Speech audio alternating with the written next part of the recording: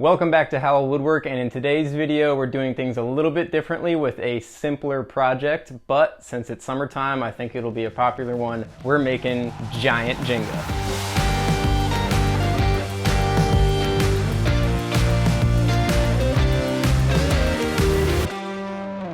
Okay, and before we dive into the build, I did want to point out that this probably looks a little bit taller than your regular giant Jenga. Normal Jenga blocks or giant Jenga blocks that you can buy commercially only come with 54 blocks, and in my opinion that just looks a little bit too short and the game doesn't last as long. I've made a set of these before in the past and went with 72, so that's what I went with here. But out of the 72, there's a little bit of a game within the game, and that is 12 of the blocks will have holes drilled out of them, as well as some CNC engraving with instructions. You get the point.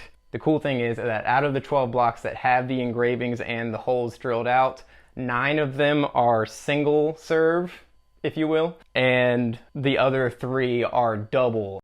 But that being said, let's get started with the build. Okay, and the first step in making your giant Jenga set is running to your local home center and spending your life savings on 9 2x4s. All jokes aside, these did run about $6.50 each, which is just crazy considering they were under $3 a couple years ago. But this is what we need, and it's the easiest way to get it done. I'm going to keep the 3.5 inch by 1.5 inch dimensions, but then chop them all down into 10.5 because 3.5 times 3 is 10.5 inches. I went with 9 2x4s. I really only should need 8, but there are some 2x4s in here that have some imperfections that I'm going to want to try to avoid.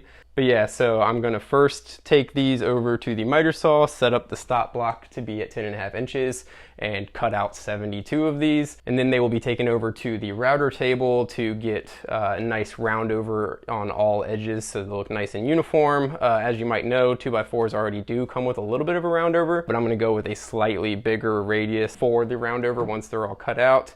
It just looks a little bit nicer, and if they're constantly being dropped on patio pavers or whatever, having those already rounded over edges is going to extend the life just a little bit. But yeah, let's get started.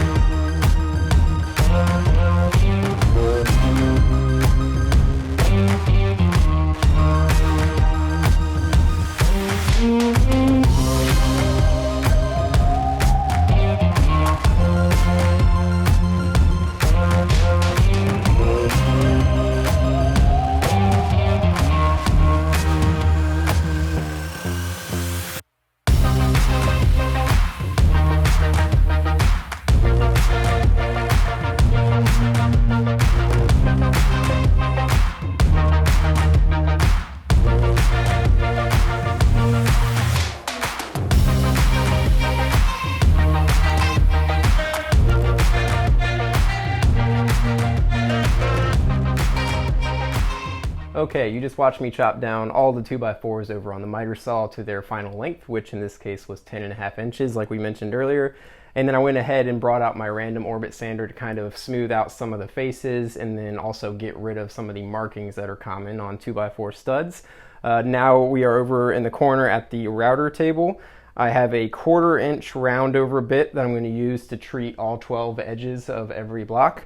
And then also I have my router table fence set up. I made this a couple years ago. It's just some 1/2 inch MDF, and all it does is sandwich over my table saw fence, and that allows me to use the table saw fence's maneuverability to adjust it side to side. And then also these faces on the front can be loosened up and moved in or out. But the main reason I really wanted to use the router table fence is so that I could have a way to incorporate my dust collection. And a bonus feature for the router table is that it just greatly reduces the chance of me accidentally making contact with the router bit and having an accident. And when I'm going to be doing 72 of these and moving through pretty quickly, I don't want to have a lapse in judgment and accidentally hurt myself.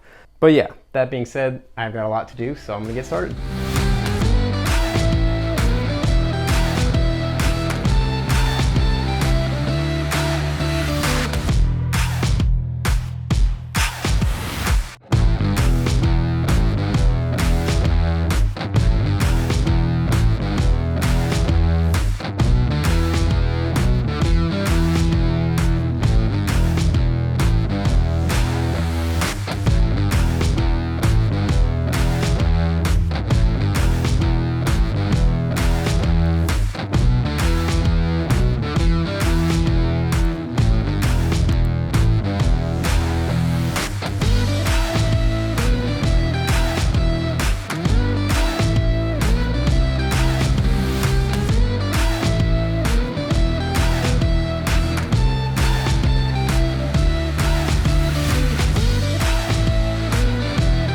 Okay, now all 72 of the blocks have been rounded over with that 1/4 inch roundover bit.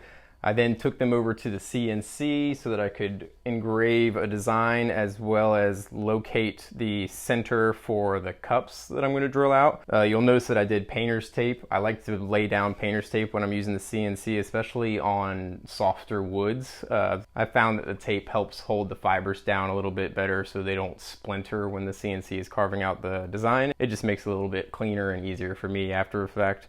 But now I'm over here at the drill press, and since I do not have a 2.5 inch bit, I'm going to use a combination of my circle cutter here on the drill press and then take it over and use my router with a pattern bit to get it down to its final depth and diameter.